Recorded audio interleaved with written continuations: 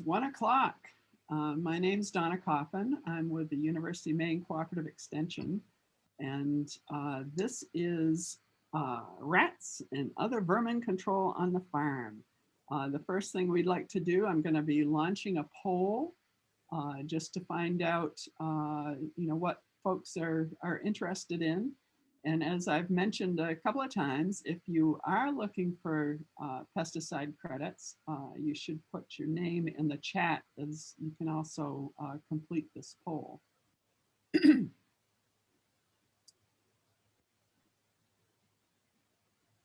And can folks see the poll all right? I don't see that anybody has completed any of them.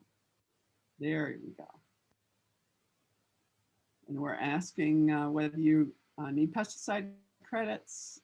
The second question is, what kind of livestock do you have on your farm? And check all that apply. And if you keep pushing or scrolling down, there is a third question. What's your vermin of concern on your farm? And check all that apply. And right now, rats, mice, and small rodents are winning.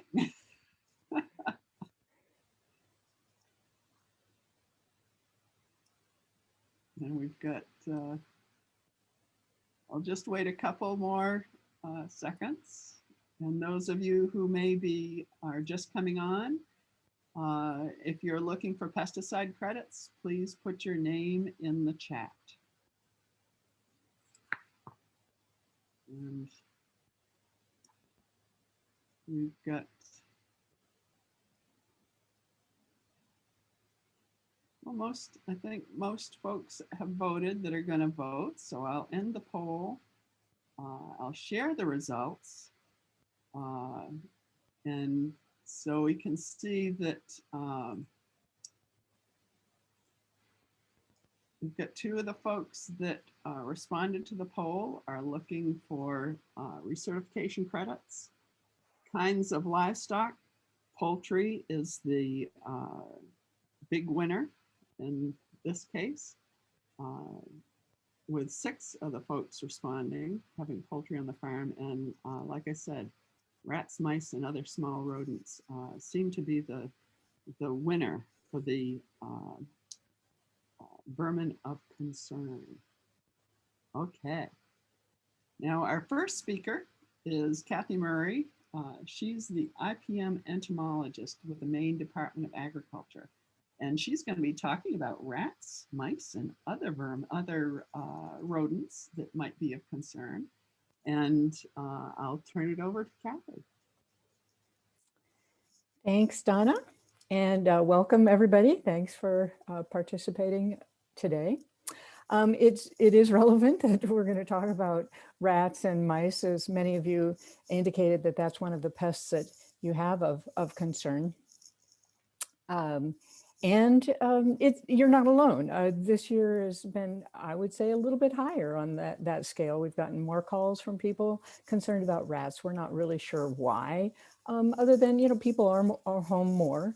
But rats and mice have evolved with us for millennia, and they're what we call commensal rodents. They like to live where humans and their habitations and their domestic animals are. And so we always provide the perfect environment for them, and it's our own fault. But on the other hand, we can take steps to prevent them from becoming so much of a problem too. So I hope to cover some of that today for you. If I can figure out how to advance my slides. There we go. So the outline, what we're going to talk about this morning, or this afternoon, is why we should be concerned about rodents and using integrated pest management to manage them. How to recognize the signs of rodent activity. They are cryptic. They are active at night. They like to hide. Their activity is not always immediately obvious, but I'll give you a few tips and tricks for looking for rodent activity. We'll focus quite a bit on prevention. If we can prevent the problem in the first place, we are well ahead. And largely on a farm, that's managing the feed and the water. That's what they're coming for. And then rodent proofing our structures. And there's some really good resources out there to help give you some guidance on how to seal up those cracks and crevices where they're getting into and prevent them from being able to gnaw through your structure and get into the food and feed that you're providing. And then lastly, we'll talk about rodent control methods. Trapping works if we are dedicated about it, and I'll show a few tips and tricks for that too. And then finally, we'll talk about rodenticides, the last bastion that we have available for us, and finally, some resources. The reason we, of course, need to be concerned about rodents is we need to protect ourselves and our investments. They are eating away our profits. If they are getting into your grain, that's expensive stuff. They're actually consuming it before you have a chance to feed it to your animals. So that's a cost right there. They carry the same kinds of diseases that we and our animals are susceptible to. And so in order to protect ourselves and our animals from those diseases that are vectored by rodents, we really need to focus on controlling the rodents. They do damage. They are gnawing, tunneling, burrowing creatures. They gnaw on the wires and can start fires. It increases our energy costs because they're gnawing holes into the insulation in the building itself, and so the heat is escaping.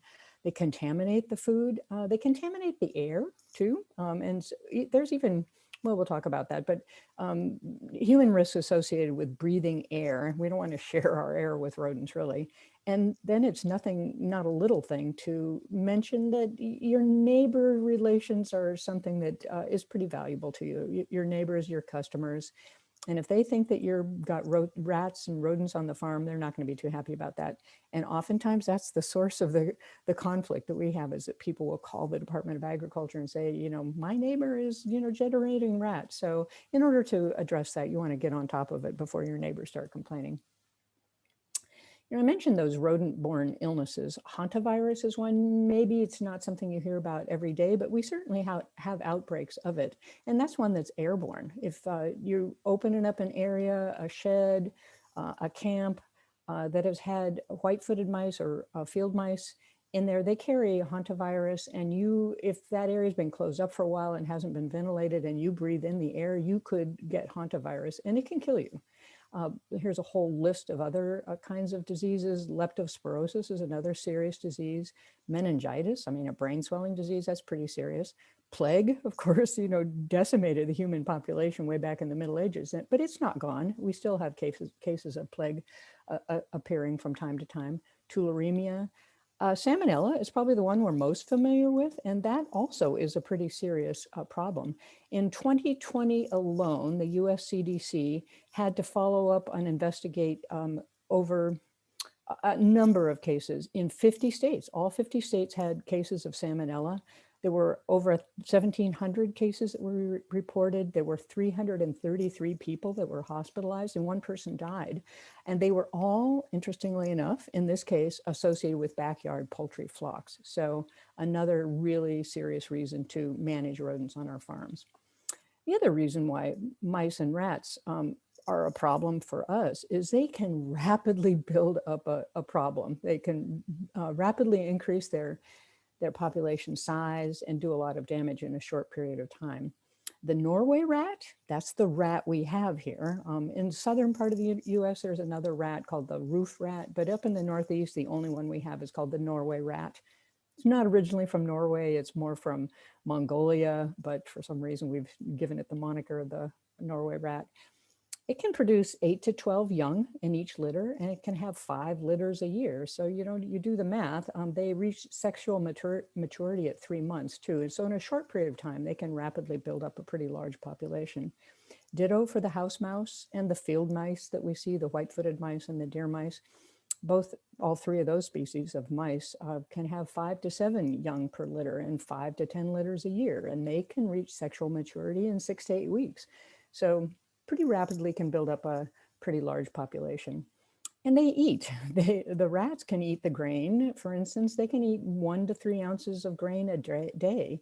And if they're highly motivated to go and find food, if they're hungry, if their populations are getting large and the young ones are being kicked out by the alpha male and saying, go fend for yourself, find some food, they can travel up to 450 feet in search of, away from their nest in search of food and water.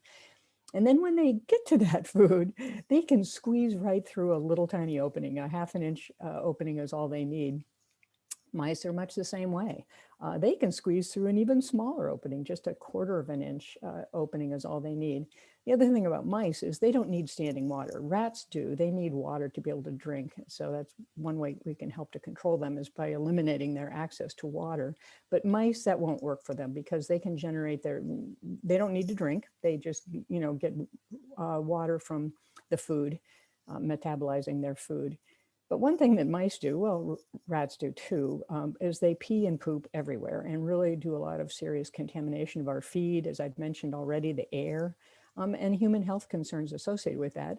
With mice, just the house mouse, but again, it's been very well documented that the urine of house mice has urinary proteins in it that trigger human asthma. And it's been very well documented, as I've mentioned. There's been a very strong relationship shown between people that suffer from asthma and exposure to those house mice in their schools and their homes. So controlling those is really important. Both of all of those rodent species are really agile. They gnaw. That gnawing can do damage, start a fire when they're gnawing on wires. They burrow so they can undercut the structural integrity of our buildings. And as I've already mentioned, they're secretive and they're active at night. So we have to take extra efforts to be able to solve the problem. We really do it's worth the effort though, protecting yourself and your farm against rodent-caused damage. Don't just let them go. As soon as you see if you've got any activity, it's really time to take some action. So here's the lineup. The Norway rats I already mentioned. A little bit larger, they can get up to 1.5 pounds in size, over 1.5 feet in length, I think. No, up to 1 foot in length. They can get pretty long from tail to nose. They have these kind of relatively large ears, kind of a pointed head. I don't know if you can see my cursor, but I'm pointing here at the shape of the head and the larger ears on the Norway rat. The house mouse, a commensal rodent. I think in Maine, really what we encounter more are the deer mice and the white-footed mice. These I wouldn't really necessarily say they're commensal. They live out in the woods, but they do have much of the same kind of characteristics and they appreciate what we provide, the shelter, the food, the water, and they'll come into buildings. They transmit diseases. Hantavirus is one of those. They eat the grain that we have. So even though it hasn't really evolved so much to spend so much time with humans like the house mouse has, we put them in the same kind of category. I mentioned the meadow vole, not because we're going to talk about it today, but it's one that we oftentimes easily confuse with one of these other 3 species of, 4 species of commensal kind of rodents. They have a short, stubby tail. They live out in the meadows. They eat vegetation. So not so much of a structural or commensal pest, but you may run into them. And for greenhouse growers, hemp growers are seeing a problem with it. If you're growing a crop, you may encounter that as a different kind of problem.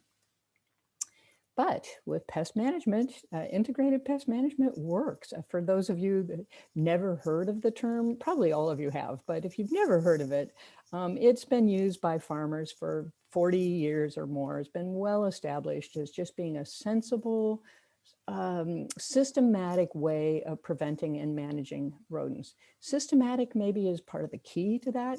We can't just respond when you think you might have a problem, but always being vigilant and always taking steps to prevent the problem from occurring in the first place is what IPM is really all about. Starts with prevention. We'll talk quite a bit about how to prevent those rodents. Monitoring is an essential part of it, and we'll talk about how to monitor for rodents and the kinds of conditions that are friendly for rodents. We'll talk about how to identify them. And then probably one of the core tenets of integrated pest management is not just relying on pesticides, for instance, but using physical characteristics, erecting barriers, using cultural practices such as cleaning up the spilled feed so that the rodents can't get to it. And then if you really need it, selective and judicial use of pesticides if they're really needed. And the final step that if you're a licensed pesticide applicator, you're required to keep records, but I encourage the rest of us to also keep records too. I always say for gardeners, keep a garden journal. For you as a animal keeper, you're going to keep records anyway, right? You're going to keep records of how many eggs your chickens are laying, where you got the feed from, how much feed you had to order last time. So put this into there too. How many traps, how many rodents you've caught in your traps, for instance, and what kinds of actions you've taken, and were they effective or not. If you bought some rodenticides, keep track of that. So you'll know what you're spending on it, what you used, all important information, and it will be help you to make better decisions in the future. So prevention, it starts with sanitation and exclusion. What do we mean by sanitation? Well, keeping things neat, clean, and dry, getting rid of the manure in a sensible, approved way on a regular basis, making sure there's no spilled feed anywhere. Feed is a huge attraction for rodents, so getting rid of that. Building our structures or retrofitting them in a way so that it can be easily inspected, and that we're not providing hiding places for rodents and food and water for rodents. So here's I kind of really like this chicken coop that I just, stole this picture of from Tractor Supply. It's one of their coops that they sell, but I really like the characteristics about that. It's up off the ground. You can easily see under it. It's built with metal uprights so that rodents aren't going to be able to gnaw through that. And they can lift the drawbridge and keep access to food and water that's in the eggs inside that shelter. Just through, that would be, good sanitation and exclusion kinds of methods to be able to keep those rodents from becoming a problem for that farmer. Harborage is something that rodents need. They're cryptic. They are prey. So hawks and foxes and other kinds of predators easily prey on them, and they have evolved over their many millennia characteristics and habits to avoid being preyed on. And one of them is that they hide. They hide in the shadows. They dart from one shadowy place to another shadowy place. And if we don't provide them with those shadowy places and places to hide, they're not going to go there as much. They just, unless they're really, really desperate for food, they really try to avoid open spaces. So when you're looking at your farm and your chicken coop and your backyard, even your house, really, look for places that you could open up more to sunlight and eliminate that shade and hiding places for rodents. Here on the left of these cinder blocks, we like to call them little mouse condos. If they're open like that, mice will definitely build nests in there, especially if it's right next to a source of food and warmth. So if you've got a structure that's built out of cinder blocks, you want to seal the tops of those blocks to make sure that rodents don't have access, especially mice, to go in there and build a little nest. And that was the intention of this brick, the flat brick that's on top there, but they didn't seal it on there well enough, and it was twisted to the side, and we looked down in there and there was some rodent nests down in there. Heavy vegetation, particularly the kind that we favor for foundation plantings, these heavy, thick kinds of shrubs, or even a low, thick, heavy ground cover like Pachysandra is a place where rodents could hide. And so, pruning those up, I would even advocate for getting them right away from any buildings that you've got where you might have a rodent incursion. So if they're looking for food and water and shelter in this building, for instance, this house or school or whatever, if you've got a barn there, get those shrubs out of there and replace them. Well, just don't put any foundation plantings right next to the building. At the very least, do some pruning to open them up to more sunlight. And then if we have low buildings like this one here, that's very close to the ground, it's probably too late to try to raise that up a good foot. But if you're building a new structure, you'd want to put it up at least a foot so that there's good amount of daylight and, so that rodents are not going to go under there and hide. Getting rid of debris like the building materials, like these bricks that are there, rodent, you pick up one of those bricks, you're probably going to find some rodent tunneling right underneath there, because they're going to dart from there right underneath that building. And then once they're under the building, they can chew their way through the wooden joists, the floorboards, and get access to the food, water, and shelter in there.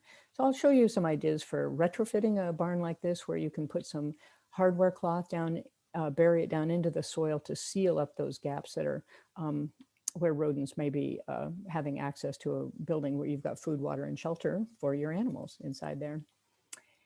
Clutter, we're Mainers, right? We've got so much stuff, good stuff. It's wood, it's good stuff. We don't want to get rid of it. We might need that device or get some part off of it. And I'm just as bad as anybody. But if you've got rodent problems, that is the number one thing you want to try to get rid of is time for that yard sale, time to and have a family cleanup day to organize and get rid of clutter, get it away from the walls, up off the ground, well organized, so that there's really just no places for rodents to be able to hide, especially right around our buildings where we've got, farm animals. Just it's just an open invitation to rodents. So family cleanup day, if we have to do that. Take a good look at your buildings, your chicken coop and stuff, and look for open space around them and see if you can't just clear out anything more to make sure that there's a good amount of, I would say, 5 or 6 feet at least, but more would be helpful, in space around any of these buildings so that you can weed whack. Keep the, rodents will take advantage of high weeds too. So, you want to be able to keep that vegetation down low, have good drainage so that the water's not seeping toward the building, but away from the building. If you've got a small area and maybe you're thinking about building a new one, think about putting down some geotextile to suppress weeds and then covering it with some dry crushed rock is really excellent for that. I say, put out the not welcome mat. I mentioned that monitoring is a really critical part about pest management, and we want to monitor regularly and look for signs of activity, even though they're hiding from us and it's a little hard to know. But if you know what to look for, once you develop kind of a search image, you'll begin to recognize the signs of rodent activity. So you want to do that regularly inspect the interior and the exterior of your barns, walk around the perimeter of the chicken coop, look especially around the food storage areas, inspect the feed bunks, the grain bins, the feed storage areas, particularly because they're coming in for looking for food, of course, along with shelter. But food in a sheltered place is perfect for them. Look, smell, listen. If you hear any scurrying, you might want to investigate that a little bit further. So look for droppings like we see here, or gnawing, or burrowing, or stains, smells, scurrying sounds, and nests. Is it a rat or is it a mouse? And if it's a house mouse, they're pretty small, half an ounce to an ounce at the most, about less than 7.5 inches long. The front paws and the back paws, if you see mouse tracks, that is, their front feet and their back feet are same size about, and they look similar. With a rat track, the front feet are elongated and they're bigger. The rats will use their tail. They use their tail as a way for them to help get around and move around. And sorry, there's this phone on my computer that just kept ringing, was distracting me big time. Hope it wasn't, you couldn't hear it too. But here's not my own picture. I found it online, but I have seen a picture I've seen this kind of thing myself. These are rat tracks and they are dragging their tail behind them. And that's a sure sign that you've got Norway rat. What can be a little bit difficult to tell sometimes is the difference between a young rat, they start out small, and a mouse, for instance. And you might be able to tell just by kind of looking at the shape of the head. The rat's head is bigger, they've got bigger ears, they've got bigger legs, kind of like if you think of a puppy, their appendages are large in relation to the rest of their body. Whereas a house mouse, a fully adult house mouse, which might be about the same size as a young rat, will have features that are more proportional to their body size. Another way to tell them apart is by looking at their poop. Norway rats, it's larger. It can be almost 3/4 of an inch long, these pellets. Whereas the mouse is a lot smaller, maybe more like 1/4 of an inch at the most, about the size of a grain of rice. And one end, if on fresh mouse pellets, one end will be pointed, whereas in the rats, it's blunted on both ends of the pellets. So if you look at this picture here that I took underneath the porch, here's a handle of a rake, and here's sitting on top of a blue tarp. Can you tell what kinds of pellets those might be? Are they mice or are they rats? And you can see some of them are almost as wide as this inch wide rake handle. So that, of course, would be a Norway rat, not a mouse. Another thing you might find, particularly with rats, is they are very burrowing animals. They live underground. They live in the soil, but they will burrow maybe underneath a building, particularly a shed. So you may say rat burrows. The way to tell if it's an active burrow is if there is, well, this time of year, you might see, movement in the snow. But in the springtime, you might see fresh dirt being kind of trampled around out here, and that'd be an indication that it's also an active burrow. Another little trick for identifying an active burrow is to stuff some newspaper down in there. They will kick it out. So kind of push down some newspaper in there, and check back the next day, and if it's kicked out, then you know that's an active rodent burrow. You may sometimes even see a trail in the grass. This is one again from that porch that I just showed where all those rat droppings were. And there was a trail going directly from the porch over to this little vegetable garden over here, because this rat was going back and forth, having a nice, healthy meal, probably to help it. This backyard barbecue, which has got some yummy, greasy residues on it, would be another treat for them too. Another trick is that rats and mice both have glands on their skin to keep their fur nice and lubricated. And that greasy residue, it's called sebum is the technical term, will accumulate on a surface where they're going in and out and in and out and in and out. And if you see these, once you develop a search image for it and you start seeing these shadowy greasy residues, for instance, right next to a hole here, there's a pipe going through a wall, and you can see that there's this greasy residue right where the mice are going around the hole, but they're coming out of that hole, hopping onto this baseboard, if you will, and then dropping down into this room that had a lot of food stored into it. So if you see rodent rub marks, there's a good indication that you've got either rats or mice. A third thing you might see is urine. Mostly it's invisible, but if it's a really heavily infested area, you might start to see some accumulation in, say, a ceiling tile. If there was no roof leak there and you're seeing some water stains, you might want to check up in the attic and see if you've got mice up there instead. Another trick, though, is to use a black light. If you in an area where you can turn off the lights, and at night we're in a darkened room, and use a flashlight that's got a black light LED light in it. You can get these for $6 to $8 off of Amazon on the internet, and they're very effective. If you see little dribbles of reflective liquid along the edge of say floor, or where the floor and the wall meet, that would be indication that you've got mice trails, mice activity. A lot of sanitarians, food health inspectors are using black lights now to look for mouse activity. And of course, if you see gnawing, either on wires or in the insulation, I came into my office. Well, actually, in truth, I was moving some materials from my office, and back underneath the shelf in one back corner, I found these little pieces of chewed up aluminum candy wrapper. So a mouse had come in, grabbed the chocolate off my desk, and left left me nothing except a few calling cards and some leftover aluminum foil. And then finally, you might see dead animals, especially if you're using rodenticides. This was in a large grocery store chain, the island out in the parking lot. This was another one that was outside of a cafeteria associated with a college. So if you see dead rodents, then that's a sure sign that you've got rodents in the area. I'd like to focus now on really that, what we call the fine art of exclusion, building those rats and rodents out of our buildings and repairing any damage that they've already done so that they can't continue to come back into the building.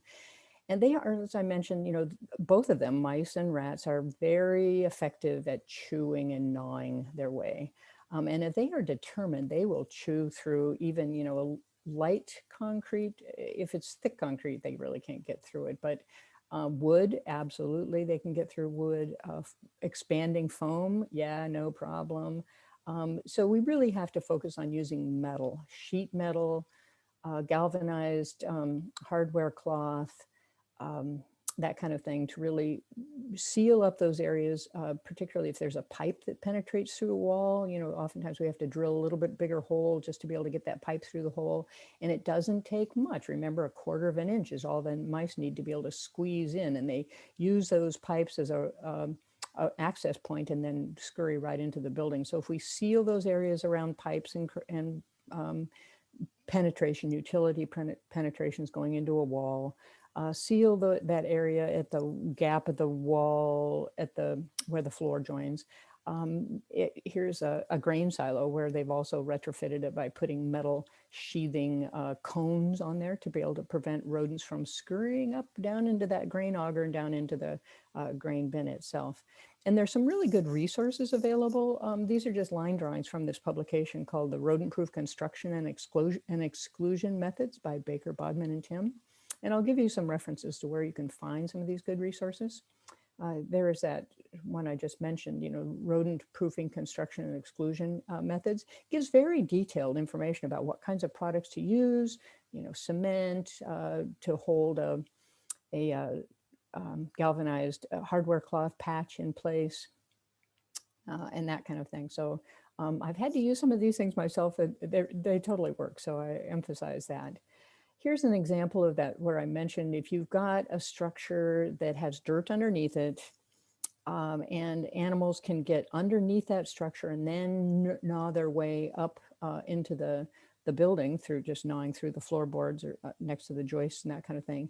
Retrofitting it by using screws and washers to really strongly affix that hardware cloth to the outside wall. You want to bury it 3 or 4 inches deep and then bend the bottom of it so that it extends out a good foot. I know it's a lot. You'd have to do a fair amount of trenching and digging around the building, but it's worth it. If you've got animals that you just cannot keep from coming into your building, making the effort to install that hardware cloth is a good way to prevent them from being able to come into the building. You want to use a 1/2 inch mesh for rats and a 1/4 inch mesh for mice. Sealing those gaps in the exterior walls and the roof line, copper wool is a product that you can buy at the hardware store. It doesn't rust. Animals can't chew their way through it. And it's flexible and malleable enough so that you can stuff it around a pipe penetration. Another good product that I've found is a steel infused felt, not cheap, but it really lasts. One company, and I'm not, endorsing any particular company or anything, but I put their names up here just to give them credit for the resources there. Excluder.com is one that makes this steel infused felt. There may be new products coming on the market all the time too. You have to wear gloves and special scissors just to protect your hands from using it. But I happen to have a roll of it, and I had a rat that came into my mudroom at my house. It was highly motivated. We had left our sack of garbage in the mudroom. It was winter and we thought we could get away with it, but this rat must have been really hungry and managed to find a way to chew its way up through the floor and wall of our mudroom and got right into the house. So here in the corner, I stuffed some of that excluder, that steel infused felt, and it wasn't able to come through that hole anymore. But the very next night, it came and gnawed at the bottom of the wallboard, another pretty elongated hole. And I didn't have enough of the excluder fabric left. So I stuffed some aluminum foil through there. And that time I was able to keep it out. Metal kick plates, aluminum flashing. If you've got a relatively large hole, it's not enough to just stuff it. You'll want to put a backing material, maybe a piece of sheet metal, metal mesh, and then cement that in place so you can really seal that space. Another really good resource for pest exclusion, for rodent exclusion, is up here in New England, is the Agricultural Rodent Proofing and Rodent Control website at the University of Vermont, go.uvm.edu/rats. There's an engineer out there, Chris Callahan, and he's got some really good resources with photos and drawings and shows you how to retrofit or repair buildings. So this picture up here in the top right is one of his where he used a hardware cloth up underneath the bottom of a building where they had chewed through the gap between the joists and the floorboard. And he was able to put hardware cloth in there and seal that so they can't get in there.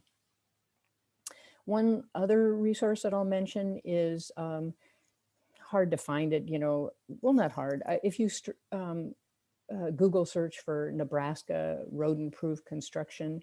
This fellow, Dr. Stephen Van Tassel, is an excellent resource. He is a wildlife damage expert, and he's got really good resources on his website. Just this example of using a metal channel, kick plate, if you will, at the bottom of a door to really prevent rodents from being able to chew the bottom edge of a wooden door to be able to get into a building. Spray foam, forget about it. It's so tempting to be able to, because it comes in a can and you're like, oh, and I don't mean to, downplay or endorse or not endorse any particular company, but there are companies that will sell expanding foam that even says it's for rodents, it will keep rodents out, and trust me, it won't. Here's a picture was taken where the rodent just chewed right through the expanding foam. There's nothing in that expanding foam that's going to keep a highly motivated rodent from chewing right through it. But all of those resources that I mentioned about exclusion are on this, most of them I think are on this pretty good website. There's this group centered around Cornell University in upstate New York called the Scientific Coalition on Pest Exclusion. And they have gathered all of really good resources and put it onto their one website. So I would do that, just Google for scope and maybe pest exclusion and maybe Cornell scope pest. And you should be able to come up with that website. It's got a lot of those good resources that I've just mentioned. So here's our first polling question, Donna. Are you going to bring up the poll? I will. Wait a minute.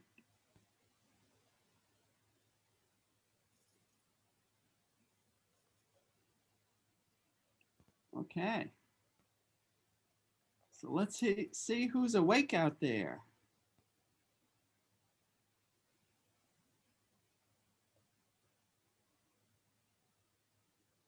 Oh, they're coming in fast and furious. Very good.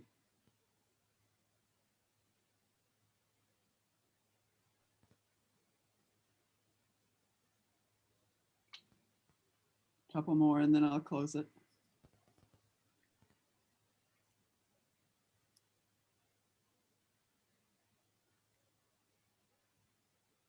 Can I get one more? One more person? I guess we'll go with 19. All right, and there's our results. All right, well, so a good 68% of people are using exclusion. A lot of people are using trapping. A few people are using rodenticides. And one brave person is living with the damage so far. Yep. That's good. That's great. All right.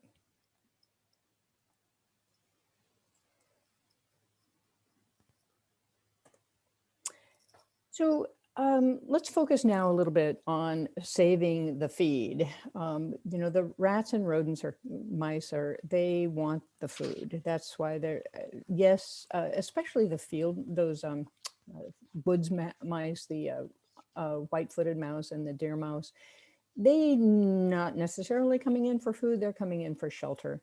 But if you've got food there, they'll certainly take advantage of it.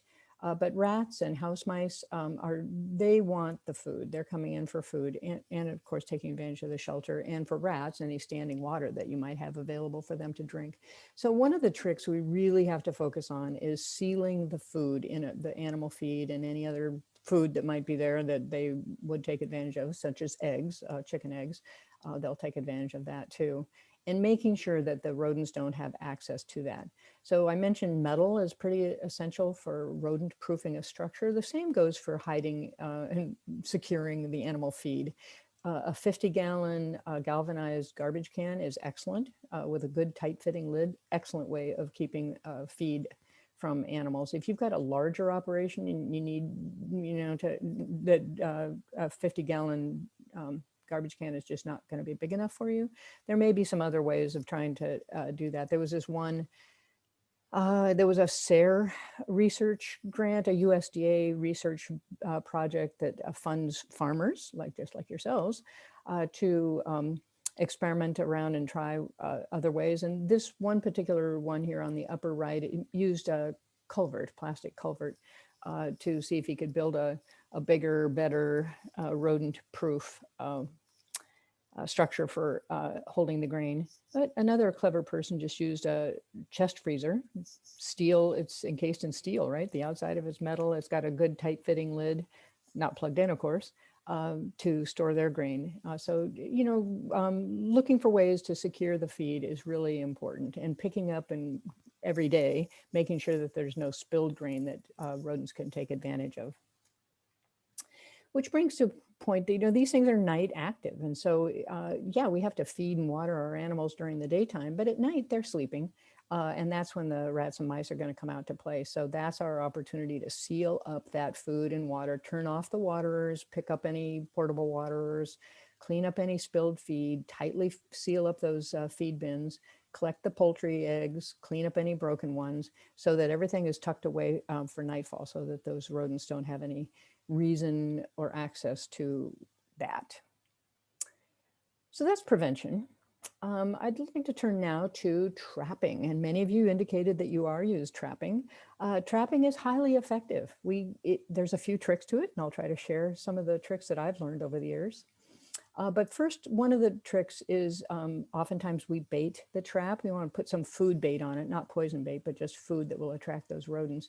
But in order for that to really work, we have to remove other sources of food. So that spilled grain, any broken eggs, get rid of those first, so that they will be forced to come to get the bait off of your trap. You'll always want snap traps, by the way, are pretty effective. People have developed all kinds of, better trying to improve the mouse trap and making a better mouse trap, but snap traps continue to prove to be quite effective. They're easy to use, but put the trigger up against a wall or at least a vertical structure.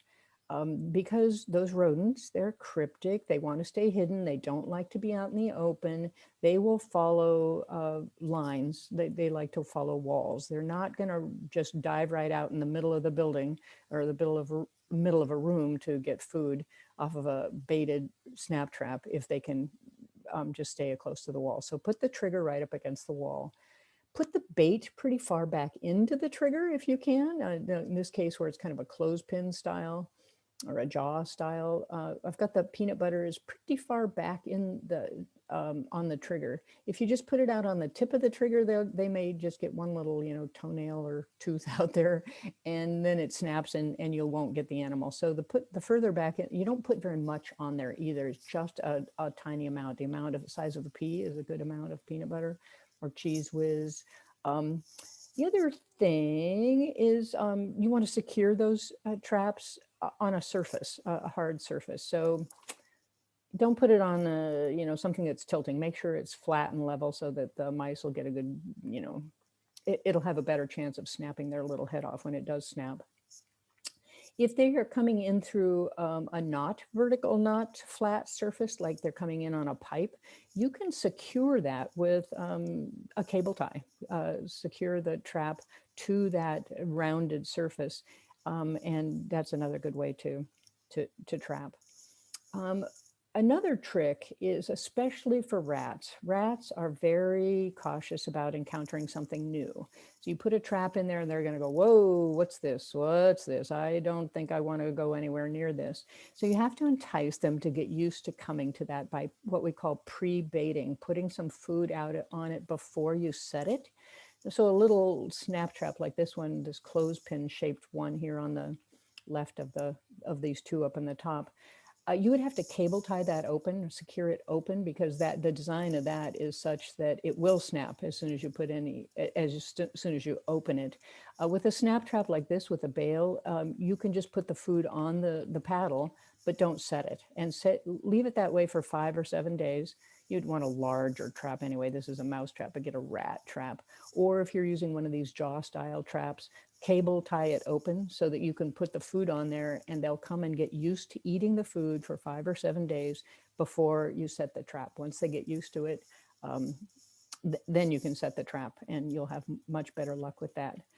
Some mice can get trap shy too. If they've had, an experience where they've seen it and they've seen one of their buddies get snapped with it, they may stay away from it too. So for some mice, you may really need to do that pre-baiting too. So if you're not having any luck, Keep swapping the baits around, trying a bait that is similar to what you think they're eating already. That's another good trick. For professional users, or these are not too expensive. If it was something that you thought you would take advantage of, you can get a multi-catch trap, like this box style trap. These are not baited. They just take advantage of curiosity. They're not going to get a rat because, like I say, rats are just too shy. They're not going to go into something like that. But for mice, there's actually a wind up mechanism. You wind it up. There's a hole here on the side underneath that wind up mechanism. And mice will just come in and go, this looks curious, a little hidey hole. And they go in there, and then there's a paddle that'll flip them back to the back of the box, and they can't get out. And the advantage of these is they will catch and reset. So you could catch mice over and over and over without having to empty it every time. You'd want to empty it fairly often, but for commercial applicators, for instance, that have a service route where they come by once a month to empty out the trap, they'll use these oftentimes because they can get away with it. They don't have to come every single day. If you're using snap traps, you'll want to check them every single day so that you can get dead mice out of there, clean the trap. Some cases, some people will say actually throw the trap away. If you're going to reuse the trap, just clean it. Use gloves when handling it so that you won't contaminate those traps with your own odors, because that will also help to repel those mice and rats so that they won't want to come to it. A few more trapping tips are place them in the shadows, so under, behind equipment. In this case, there's a file cabinet right here. This is kind of a back corner of a room. There's a file cabinet. So it's kind of a dark and shadowy place. But if you've got an area with an overhang, some shelving, some equipment where you could put it under, behind that, that's going to be a better location. They like shadows. Even at night, they can tell the difference between being underneath something as opposed to being in an open space. So put it underneath if you can, back in a corner in a shadowy place. Another little trick is to place 2 or more traps side by side, separated by about 6 inches. What research has shown that sometimes mice will hop over that first trap. They'll go, oh, here's an obstacle. They'll jump over it, and the second trap will get them when they hop over the first one. They land right on the second one. So putting 2 traps side by side. Another little trick is to put 3 traps side by side. Cable tie the 2 outside ones, or just don't set them. Put food on all 3 of the traps, but just leave the center one as the only one that's set. So the rat or the mice will come up and go, oh, a trap. Or they'll say, oh, here's some food, yum, yum. And they eat some food. And then they'll go, oh, there's another object with some food. And bingo, bang, you've already set that one in the middle, and that'll help to fool them. Another trick is to use a lot of traps, particularly for mice. Say if you've got a feed storage area and you've got mice coming in there, it would not be a bad idea to go ahead and go whole hog. I mean, these things are not very expensive. What, 50 cents a piece for a snap trap, a little wooden snap trap? Put a lot of them in there. It's recommended that you put, say, 20 or 30 of them in shadowy places along the walls until you trap them out, because that's what you're trying to do, is remove that mouse population. You don't want to just get one, because there's more. There's a whole family of them, maybe several families of them. So put many traps in there so you can trap them out. Using baits, you want to match their bait is something that they're already eating. So if they're eating animal feed, put some animal feed in there. Maybe mix it with a little bit of peanut butter, cheese whiz, just so it'll be sticky, and stick it onto the paddle. If that's not working, some other ideas that might work, but swap them around. Try something for a few days. If you're still not catching mice, swap to something else. If that doesn't work, try a few more things in addition to moving your traps around, because you will get them eventually. Some things like cheese whiz, chocolate is a big favorite for mice. The orange slice candy. Bacon is good for rats, especially. Cheerios, that won't stick, but you can use something like cheese whiz or peanut butter to stick. Or I've even heard of people using dental floss to tie a Cheerio. Or you can try a cotton ball, just slightly moistened with vanilla, because sometimes mice are not actually looking for food, they're looking for nesting material. So that might be the case in the fall, where they're looking to build even the spring too, for that matter. And tie that, a moistened cotton ball, to the trigger with some floss, and you may be able to get them if they're looking for bedding material for their nest rather than food. Sunflower seeds is another good one. If you sprinkle a few of those over and around the trap too, that'll help entice them into the trap. I mentioned for rats, it's especially critical to pre-bait the trap. Put food on it, but don't set it for at least 3 to 7 days.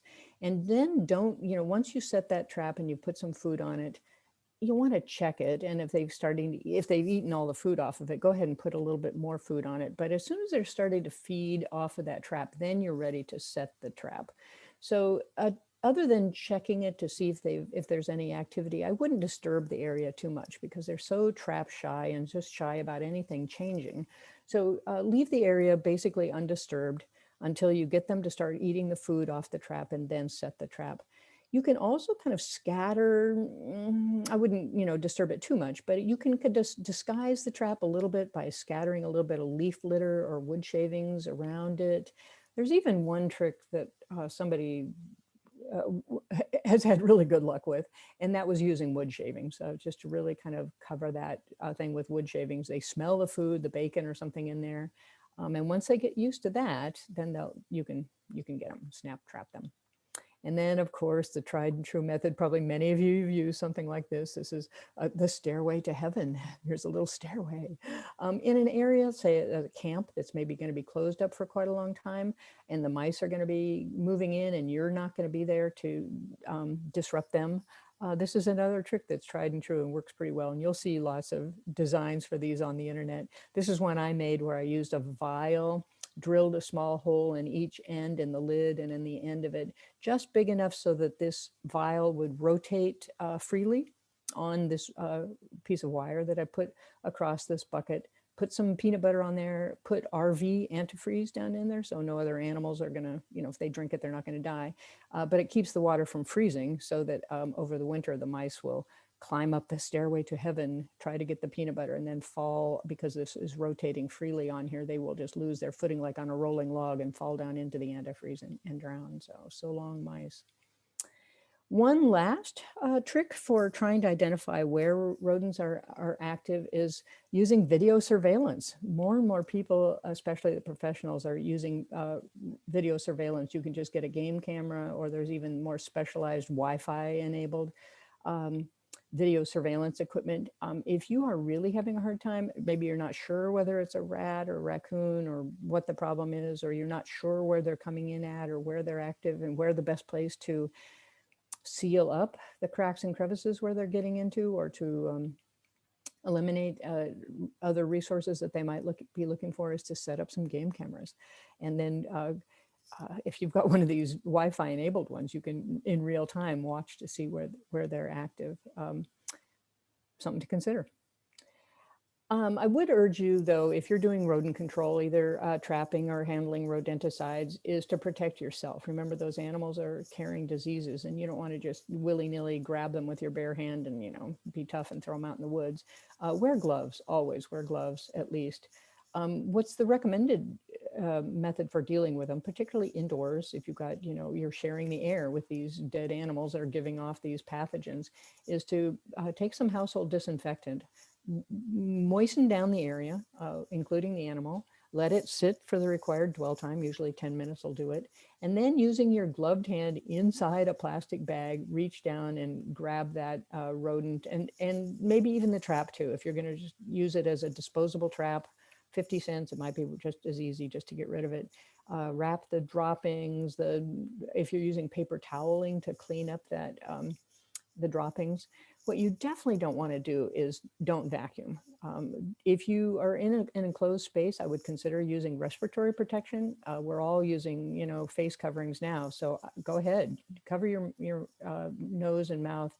And you may want to protect your eyes too, particularly if it's a very infested area. The risk is pretty high of being exposed to those rodent-borne pathogens. So wet down the area with disinfectant, the droppings too. Don't sweep or vacuum. That is just a recipe for breathing in those pathogens. Dispose of everything into a plastic bag and throw it in the trash.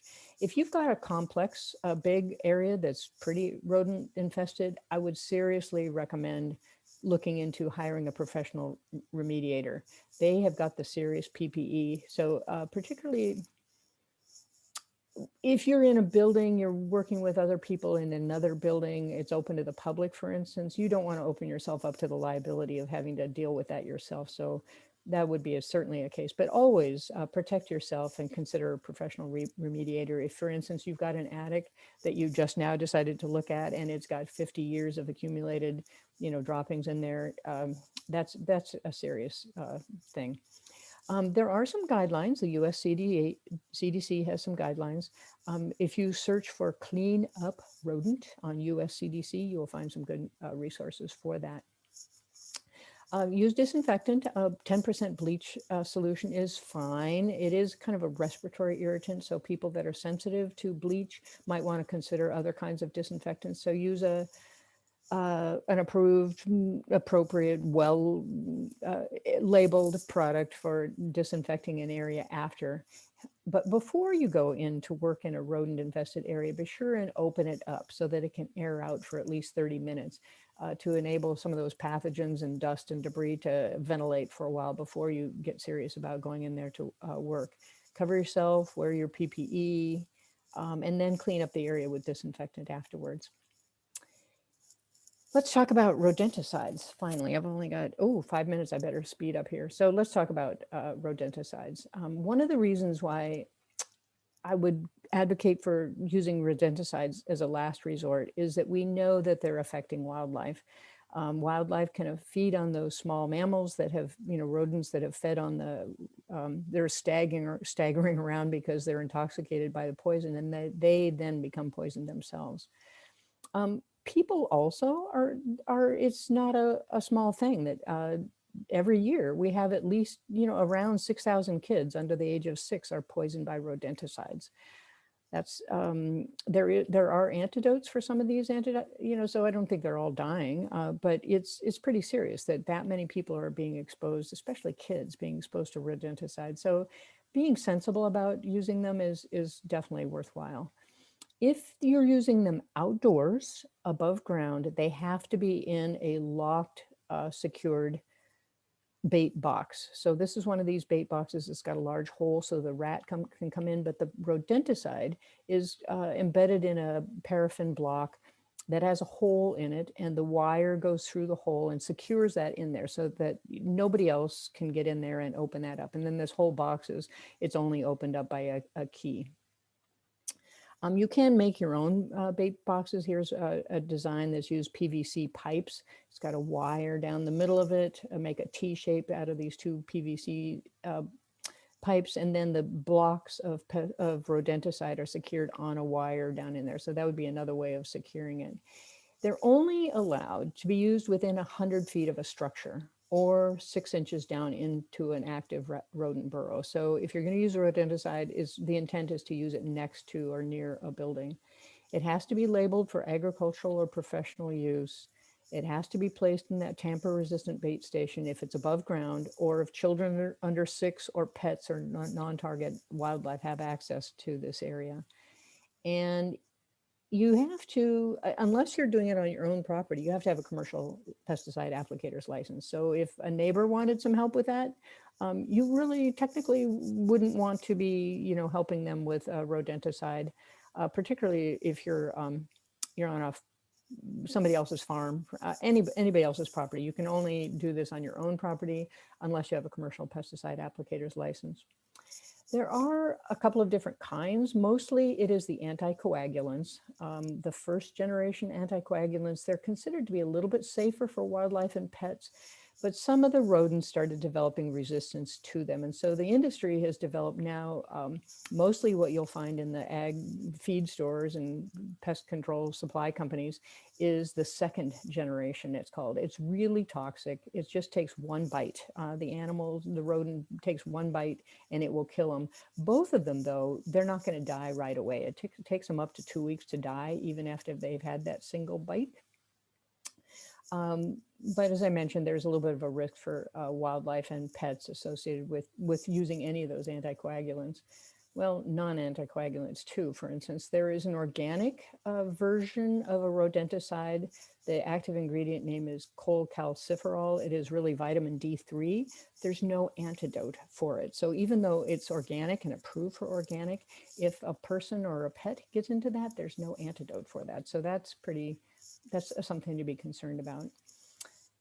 Don't use these, especially the pelleted kind. That's a third formulation I didn't mention, but you can buy pelleted versions that are in a glassine envelope. I don't like those very much because the mice chew through it and then it's loose and they can sequester that, you know, how rodents like to take food and put it someplace, and they can move it around. And so that's one of the reasons I don't like that.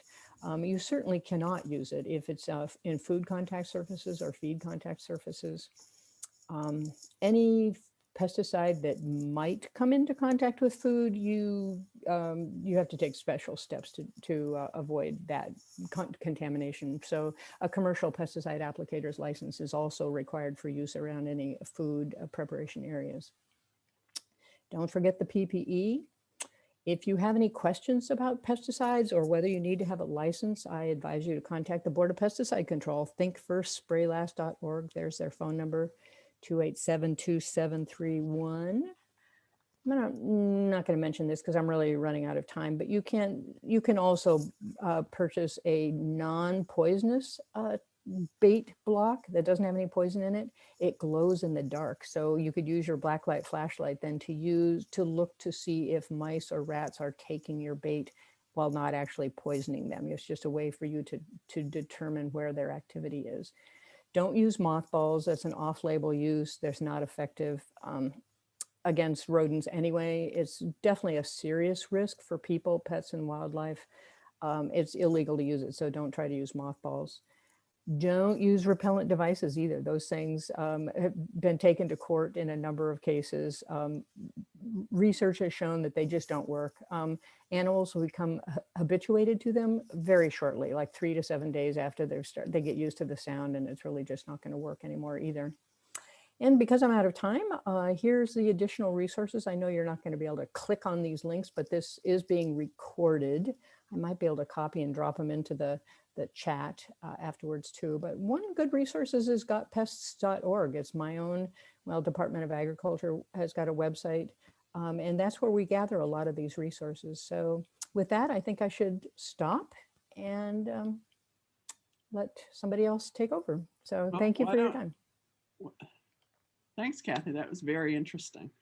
Why don't we just take, if we have one question maybe before we turn it over to Adam? Or Adam, do you want me to bring up the next poll before you start? Sure, that might be a nice idea. Okay.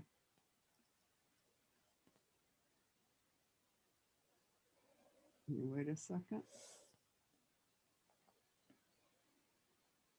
Okay, while you're completing this poll on your biggest concern when trying to resolve a wildlife conflict, if we had any questions or comments. And we did have a comment, someone's surprised about mothballs. And could we get more information on that? And Kathy, maybe you can just send me all those links, and when I send out the link to the recording, we can include more information. And I have to say, on the little sonic type of thing, years ago I went into somebody's garage. They had one of those. I could hear it, and my dog could hear it, and the dogs would not go into the garage. So mice would go in, but people and dogs were bothered by it. Okay. Do we have any more last minute folks on the poll? I will end the poll and we can share the results.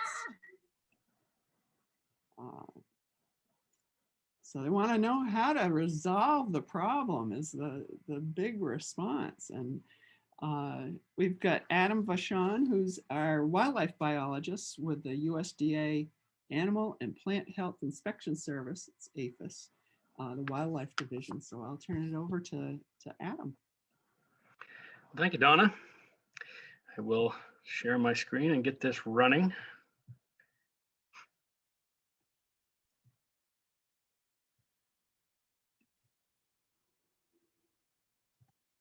Okay, can everybody, can you see that? Yes. Okay, Yes. fantastic. Great. Well, thank you very much. And yes, I am a wildlife biologist, and I work for the U.S. Department of Agriculture Wildlife Services Program. And I appreciate the opportunity to talk to you today about these wildlife damage management on the farm issues. One of the things I will be talking about today is, emphasizing the importance of wildlife and the influence that they may have on livestock production.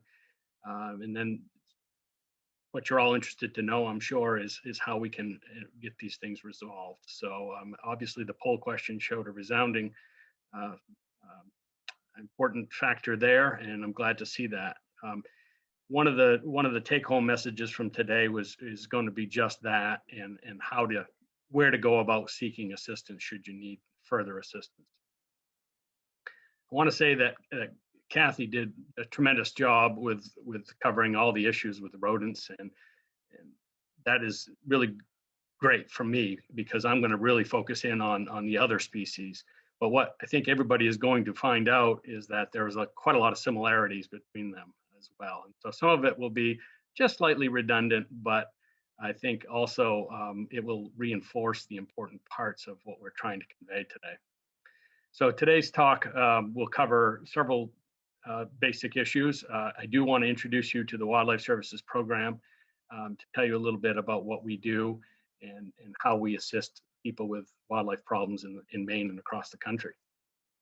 We'll also talk about some of the common wildlife conflicts, and we'll look at some of the challenges that you might face on your farm or your homestead. And then, of course, of interest is going to be how to solve the problems yourself, or how to find resources that may help you so that you're not suffering these losses that some folks have found themselves in. And I will also review some of the wildlife regulations. I've really built that into this presentation because I think it's an important part of managing wildlife conflicts. Folks really need to know the right things so that they're in compliance with laws. And they tend to be somewhat confusing. So hopefully we'll at least give you a good overview of that. So as I mentioned, I do work for the U.S. Department of Agriculture, which is a very large agency, department, and our agency is the Animal and Plant Health Inspection Service, and the program is Wildlife Services. And now what that really looks like is a very complex organizational chart for the department. As you'll see here on the right side is where my agency fits into that. We're under the marketing and regulatory programs. The APHIS chart is a little simpler, fortunately, and you'll see that Wildlife Services is here, and we have several sister programs around the country and within Maine, each having a very specialized niche. And veterinary services, the one right above Wildlife Services, is the one that we probably work most closely with, and actually has some relevancy here as we talk about domestic livestock. Our program, Wildlife Services Program, is even simpler yet. So we have a Western and our Eastern regional offices. For the state of Maine is located in Raleigh, North Carolina. And then of course, we do have a research section, which I'll be talking a little bit more about later. And in the state of Maine, we do have our state office located in Augusta. But importantly, we do have employees that work from their homes across the state. The mission of our program is to provide federal leadership in managing wildlife conflicts between humans and wildlife. It's a rather simple mission statement. However, as you'll begin to see, I think, and certainly learn more after you hear the presentation, it's a pretty broad mission statement that does encompass quite a few different mission objectives. We break our program our mission into three different areas, and that's protecting people, agriculture, and wildlife. You'll probably have already noticed that on the bottom banner of the slides. But I also want to mention that research is the driving component of all three of those areas.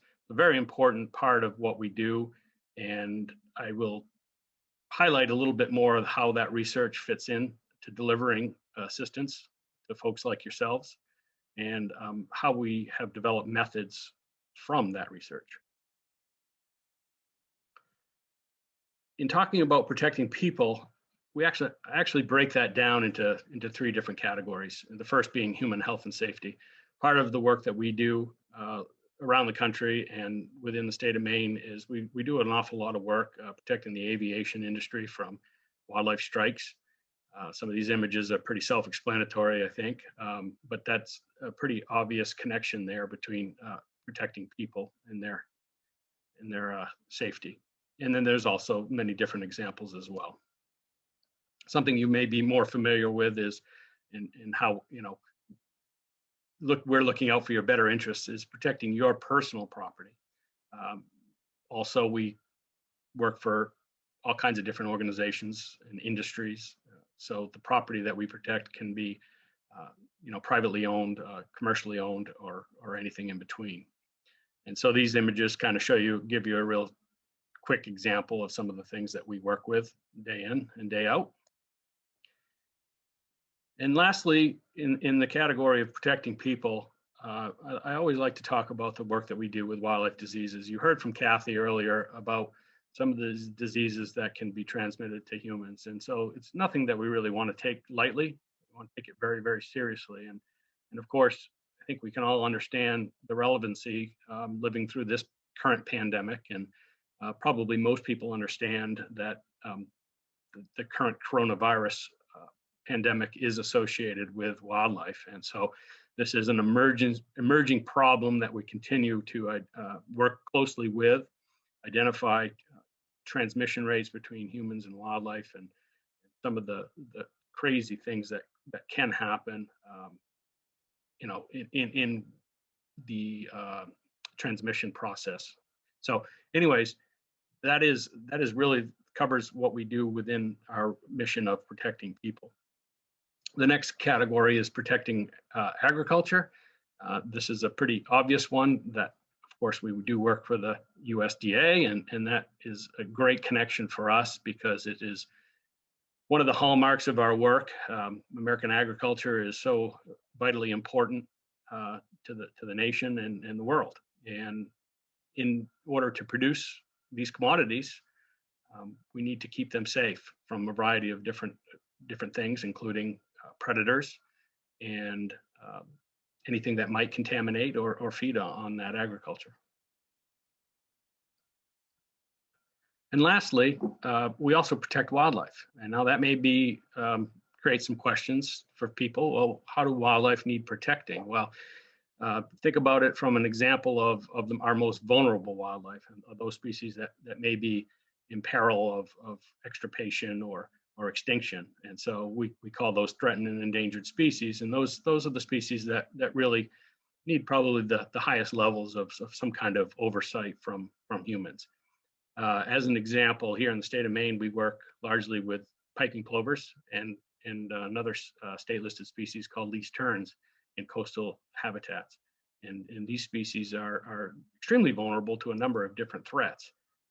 But largely, the predators are one of the big three threats that they face, and it's something that we can have some effect over. And so we continue to assist our state and other organization partners that are all working together to manage this fragile species.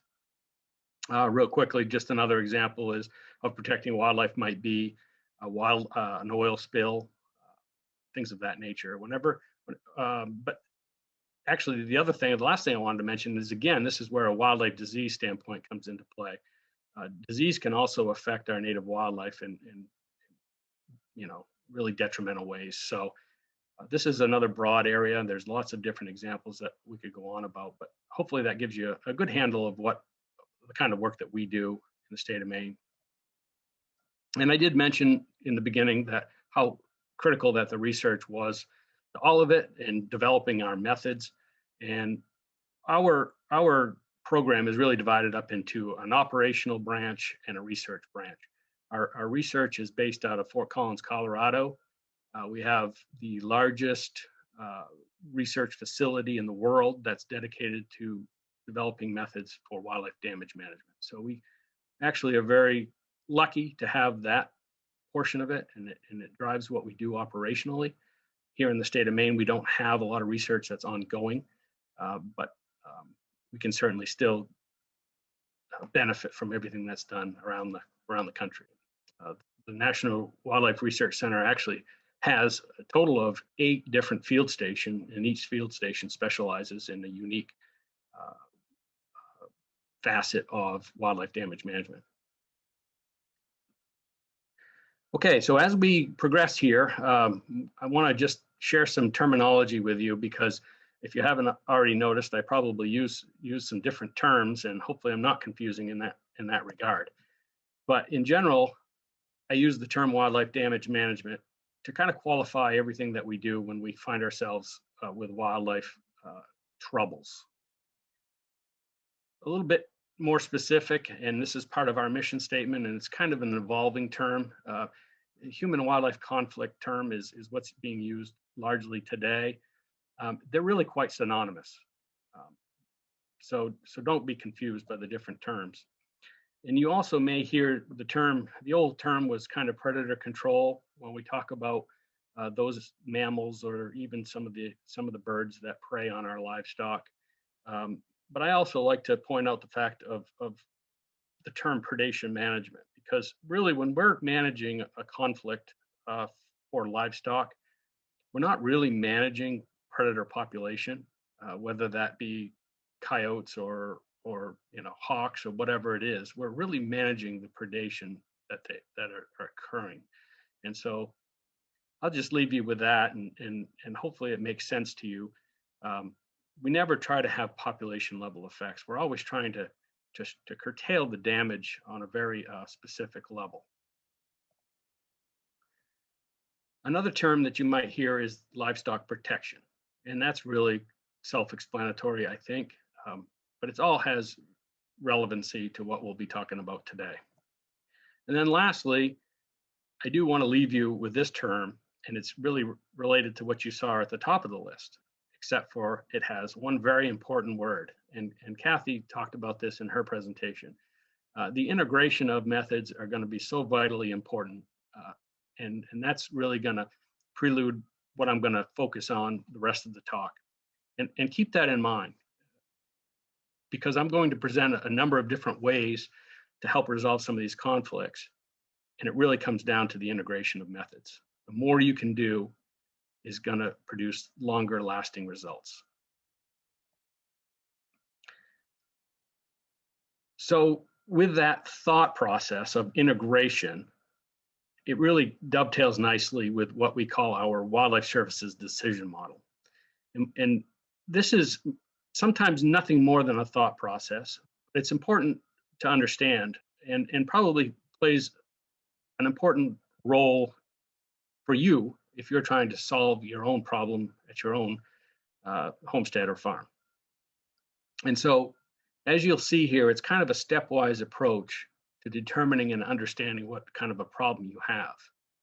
And it's really not rocket science, but one of the most important parts is this ending phase. It's how do we know if we're actually gaining on a problem?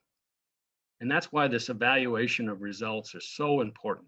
You have to know if the methods you're using, if you've done everything correctly and you do get to that point, you have to understand that you've made some effect. And if you haven't, then you kind of start over. And that's kind of what this schematic is trying to show here. So I'll let you just kind of look at the terms here and think about it in your own specific situations. But this is how we conduct our assistance for every project. It's what we think about on a day-to-day basis when we're trying to resolve conflicts. And most important of all of it is trying to make sure that we're effective. We want to be effective. We want to use the best methods, and we want to do them in a cost-efficient way. Basically, it's a way of telling us that we're doing the best we can, and it'll work for you as well. Okay, so how we deliver our services in the state of Maine, it really boils down to two simple strategies. The first being technical assistance. Probably not a lot of people are aware of our program and the fact that we have the ability to help people, to guide you to helping yourself. And the best way we can exemplify that is by saying, you call with a problem and we walk you through the solutions. I think certainly within the state of Maine and probably around the country, we pride ourselves in being available to the public. Right now, we can meet the demand. It's a hard thing because some other agencies, our state partners, for example, they struggle to keep up with the demand.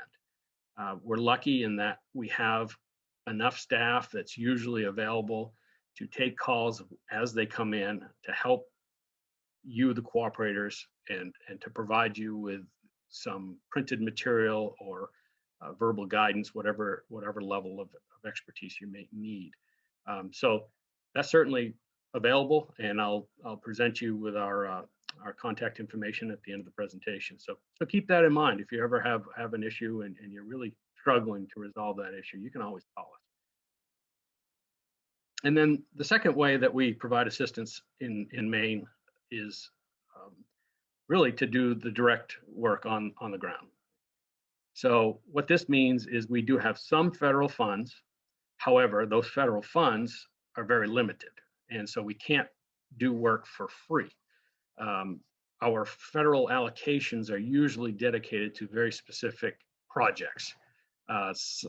For example, we have federal funding to perform feral swine surveillance. We're currently engaged with trying to document the occurrence of any swine that may be loose on the landscape, whether they're wild in origin or escaped domestics. That's a project that we are federally funded to do. Another one would be our rabies, work with raccoon rabies. And so I'll touch on that a little bit later in the talk. But really what it comes down to, at least, or about half of the work that we do operationally is conducted under what is called a cooperative service agreement. And those service agreements are wonderful. They allow us to help private citizens, industry, or other governmental agencies for whatever conflicts they may have or be requesting assistance from us with.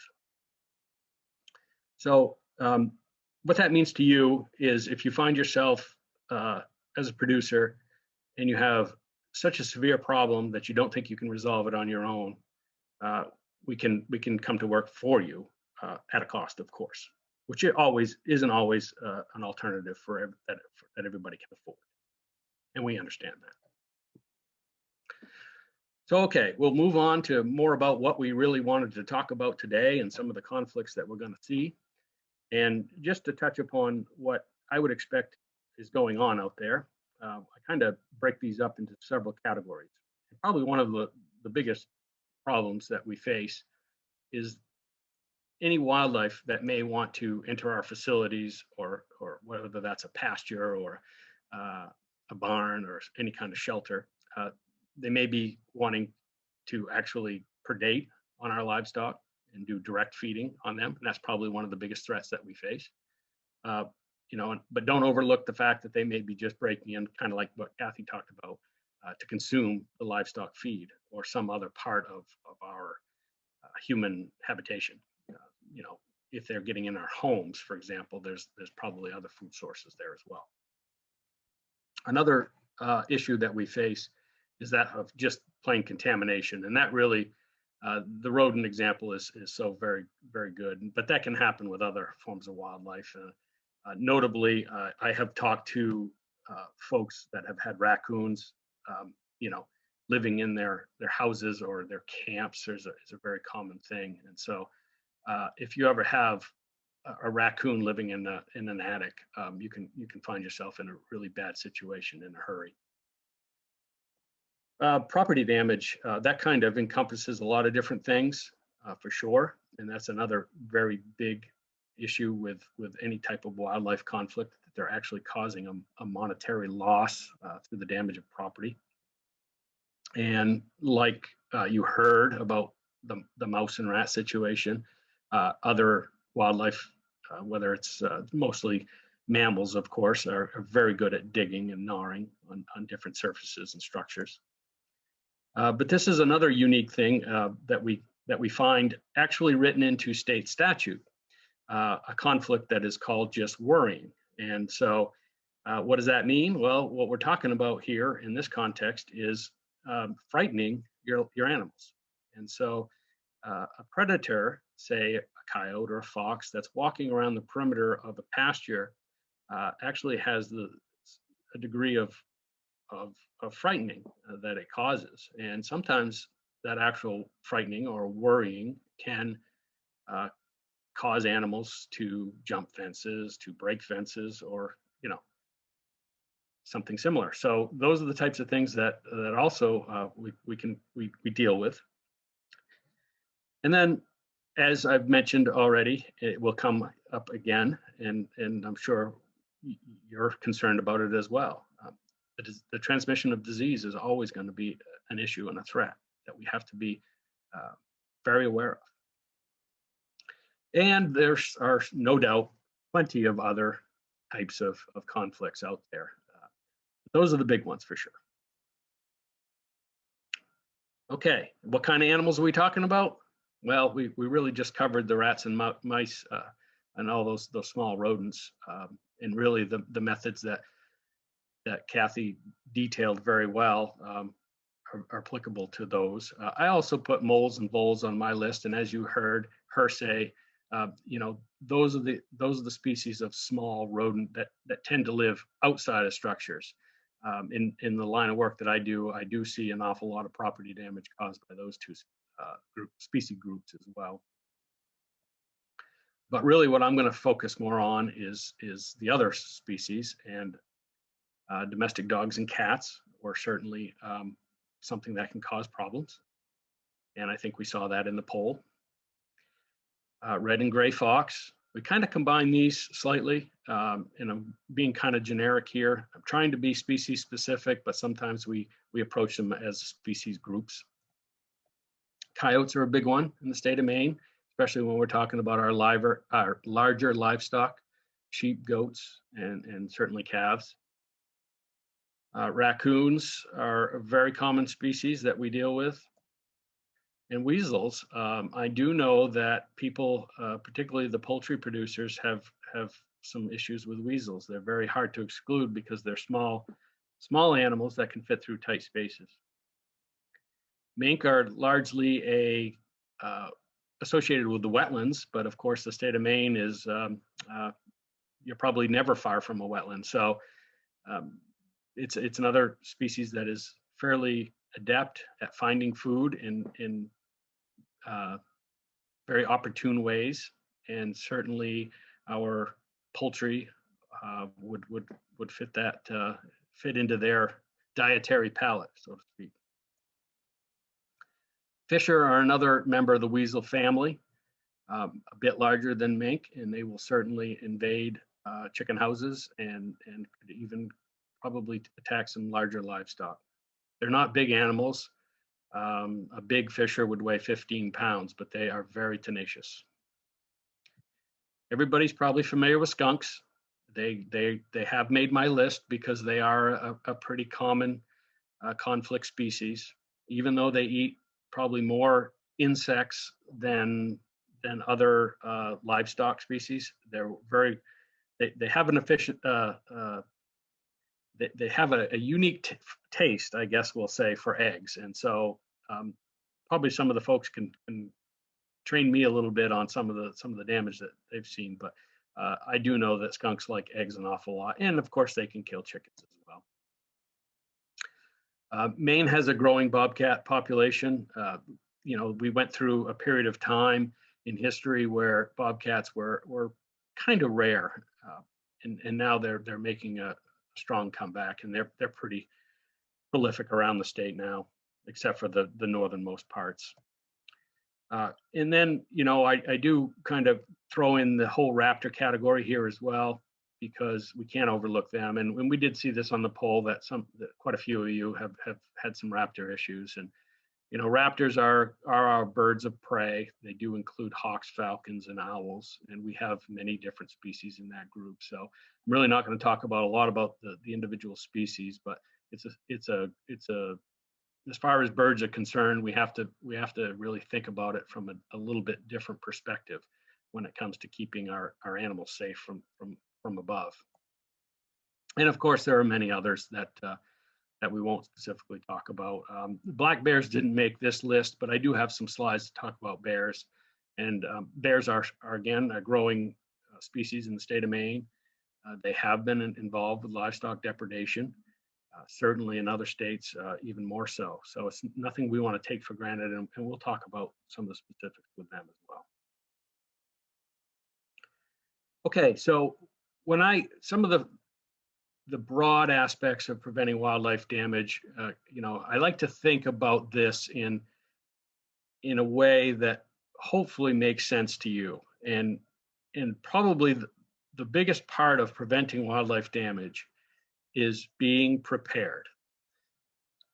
It's always better to be proactive than reactive. And so in a broad sense, I'd like to convey to you that the more you can do to think about the problems that you might have is going to pay dividends in the future. And so part of that preparation is, you know, might be having good structure management, you know, a good fence, but it's also understanding some of the animals, these species that do attack our livestock, understanding when this might occur in the course of a calendar year. So the timing is a pretty important part of it. And then that leads to kind of you being prepared and can predict that it's going to happen. And hopefully by then you've already taken the steps to do things like exclusion or other methods that are going to protect your animals. And think back to that decision model that I talked about. You know, how are you going to know when an animal is even a problem? Just because you see one on your farm, does that make it a problem? No, you have to pay attention, and you have to really understand what they're doing on your property. If they're entering your building, they're probably up to no good. And then finally, you do want to evaluate the whole situation, and that was really part of that decision model. So this is kind of the broad level thought process that you need to be thinking about. We'll get into the more specifics here. Yeah, lastly on this list was to troubleshoot anything, and this is kind of the catch-all, right? So not only have you done all your thought processes and you've done everything right, but there will be some things that occur that you didn't expect. Okay, some of the methods. Now we're getting into some of the nitty-gritty here, and this is a list of the methods, not the specific methods, but the groups of methods that we use. And first and foremost, we break it down by non-lethal and lethal. Okay, unlike our rodents, we do value our wildlife, and wildlife belong to everybody. Okay, that's the premise of the North American model of wildlife conservation. Nobody owns wildlife, and it's available to everybody for use. And so that premise, what that really means is we have to respect them, and we have to have regulations that protect them. So in conflict management, we really stress the non-lethal methods. We really want to think real hard. And this is getting back to that integration of methods. It's getting back to that pyramid of integrated pest management that you might remember from Kathy's talk. So we're going to throw everything at them that we can. We're going to integrate our methods. And most of that, the majority of it's going to be a non-lethal approach. The lethal stuff, that is the last resort. Okay, that's how we think about these types of things. So looking at the list of non-lethal, that includes real broad level stuff like habitat management, sanitation. I'm gonna get more in depth with this stuff. Exclusion and deterrence, you know, trying to keep those animals out and away from your livestock, your feed. We can use some repellents. I'll talk a little bit about that. And really the most evasive part of non-lethal management is actually a live capture and translocation of wildlife. And then moving on to lethal, it's really a little bit more simplistic. We have really three choices there. We're going to either use some kind of a toxicant, we're going to capture and kill the animal, or we're just going to free range shoot a species. So those are the things that we're going to cover, that I'm going to cover here as we progress. And we'll get a little bit more into it. My talk didn't get tremendously into the individual methods, but I think you'll see what I mean here shortly. As far as habitat management is concerned, that is your basic, most simplistic form of wildlife damage management. And that's really things like mowing and clearing brush. Never ever think that your structure is the way it's kept is either attractive or not attractive to wildlife. So what I mean by that is some structures are going to be much more attractive, and those that are kind of in disrepair will be quite attractive. And hopefully you remember that. That was a message that I heard Kathy deliver very loud and clear. And it's no different for our other species of wildlife. So what I try to tell people is keep your property as neat as possible. Neat and tidy are the words of the day. That's habitat management in a wildlife conflict context. And your shelter is the next thing, is very, very important. It's an essential component for all wildlife and all living things: food, water, and shelter, right? And so our shelter not only protects our animals from the elements, but it also protects them from our wildlife predators. And you know, that's going to be probably the best thing that you can do, is provide good shelter, and whether that's a fence in a pasture or an actual building. And keep it nice and neat. Make sure you maintain your buildings. So if a tractor bumps the side of the wall and pokes a hole in it, you know, you got to fix it, right? That's good structure management. That's going to protect your animals. And then, you know, keep up with your grounds. Trim those bushes that grow every year. Mow your grass. The picture that I saw Kathy present was the shed on the stone bed. That was fantastic. Those are the types of things we're looking for when we talk about wildlife, keeping wildlife from our animals. And then exclusion is always good. Whenever you have a shelter, you can build in your exclusion. I'm not going to go into super details with that either, and I think Kathy did a fantastic job talking about exclusion from mice. Just remember, the bigger the animal, the more rigorous exclusion devices you're going to need. And then you can build deterrents right into your shelters as well. And you'll understand what I mean when I get deeper into those two subjects. Exclusion techniques encompass really a variety of different methods, depending on what animal you're keeping. And so if we're talking about a pasture situation, good fences not only protect our animals from escape, but they keep our animals safe from predators. It's obviously, you know, many of our wildlife can dig under fences, so we have to keep that in mind. Sometimes we recommend burying fences, and certainly the upkeep is important. If you look at that top right-hand image there, that is something that is super excluded, right? So we're keeping out the smallest animals. There's probably several layers of fencing there, and of course there is a cost to this, and we get that. And you know, you always have to find the method that fits your budget. And then the bottom images show electrified fences. And I can't say enough about electricity when it comes to wildlife, because that really seems to work some of the best that I've experienced in my career. And at least when you compare it on an efficiency standpoint. So if you really want the biggest bang for your buck, I would largely compel you to at least explore some options with electric fences. And again, it's going to vary tremendously with whatever animal you're keeping and whatever animal you're trying to keep out.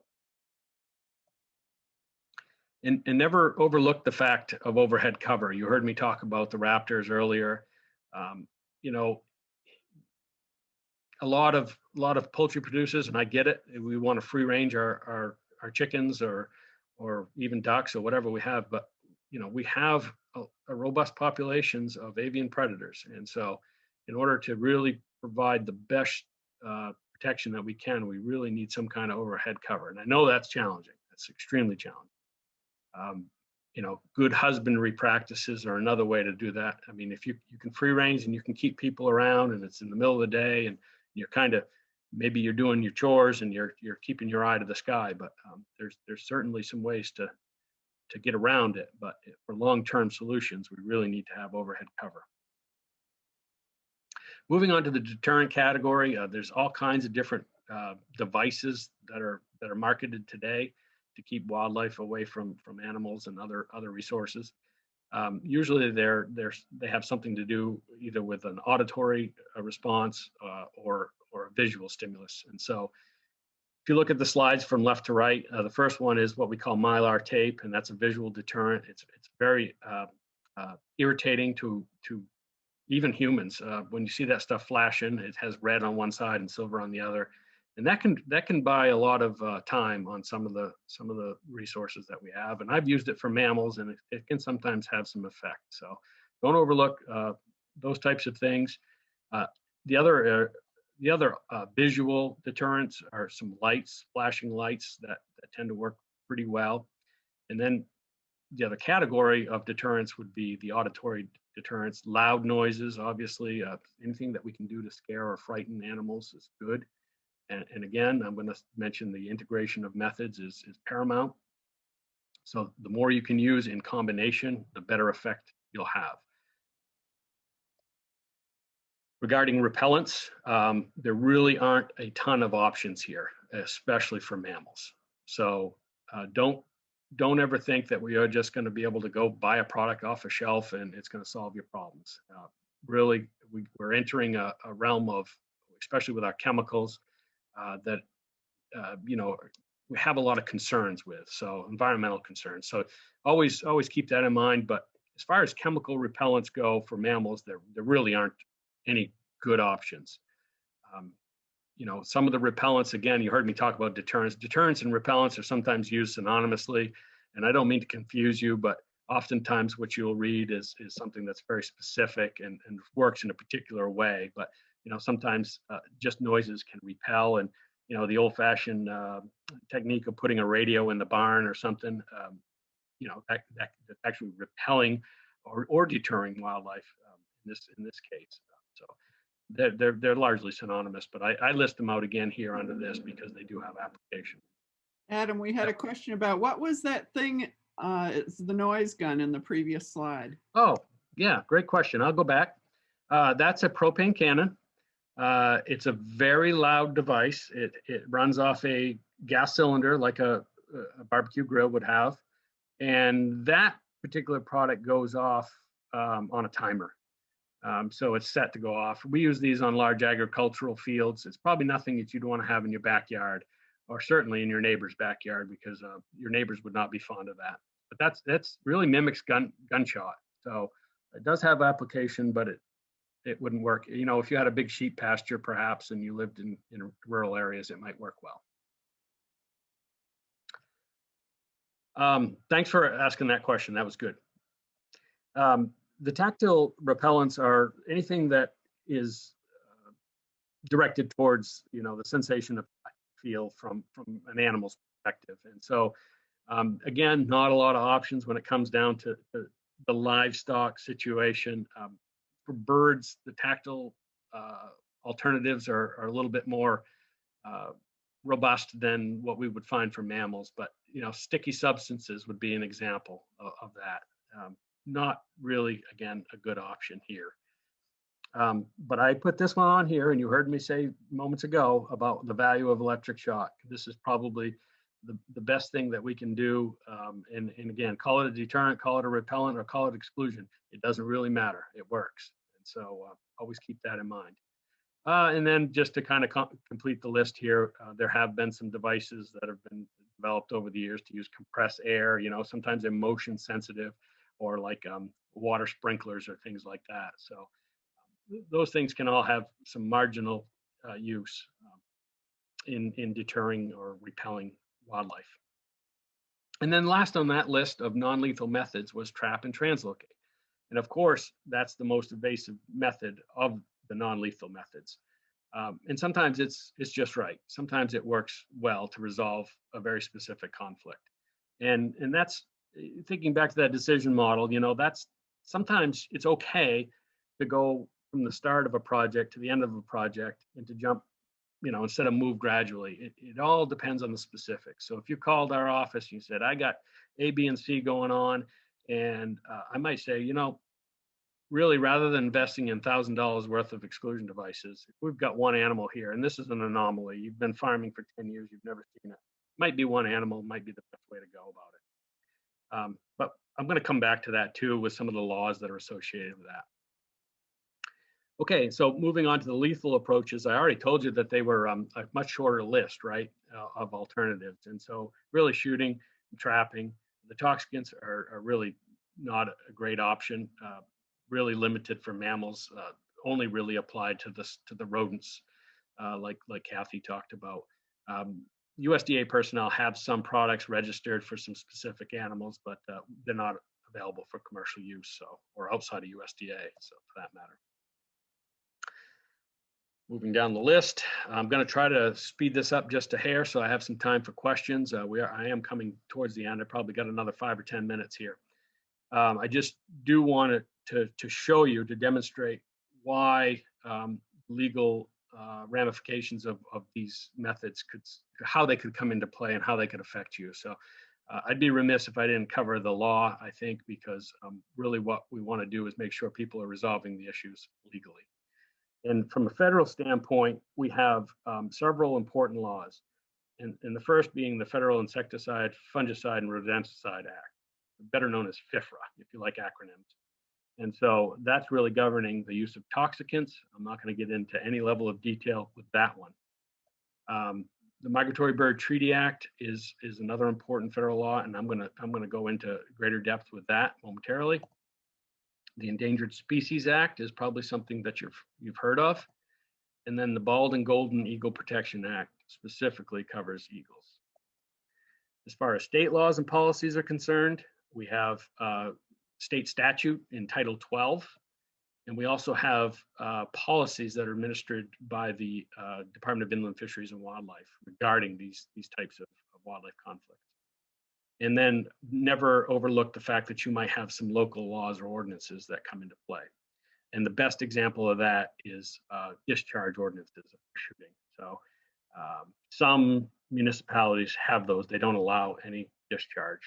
So be aware. When it comes to these laws, we have two regulatory agencies that are largely responsible. There's some other ones as well. But just to be familiar with the United States Fish and Wildlife Service, and as far as the state stuff, it's the Maine Department of Inland Fisheries and Wildlife. I said I wasn't going to go into great detail with the FIFRA. And again, that's largely because there aren't a whole lot of alternatives. Just please know that whenever you're using any toxicants, there are laws that govern their use. And you heard specifically the mothball example. Many people have used that for many years, but it is an off-label use, and it would be a violation of this law, as I understand it.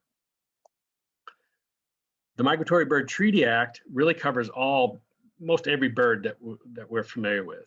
There's a few exceptions. Those are the ones that are regulated by state, namely like turkeys, maybe ruffed grouse, things like that. They do allow lethal take by permit, so that's a good thing. However, they really don't allow that for backyard poultry. And that's why I say you really want to protect your birds with some kind of overhead cover. You know, the regulatory agency here is the United States Fish and Wildlife Service. Wildlife Services program under USDA, my program, we do have some involvement with the permitting process. We actually do the consultation with people that experience damage. So if you have bird damage, you can give us a call and we can kind of walk you through some of the methods that you might want to be thinking about. And if you need a permit, we'll make that recommendation to the service. This is what it looks like on their website. It's kind of how you get started and where you'd go to learn more about raptor depredation. The Endangered Species Act, I hope everybody is somewhat familiar with. I'm talking about the federal law here, and this is really specifies which ones are either threatened or an endangered species.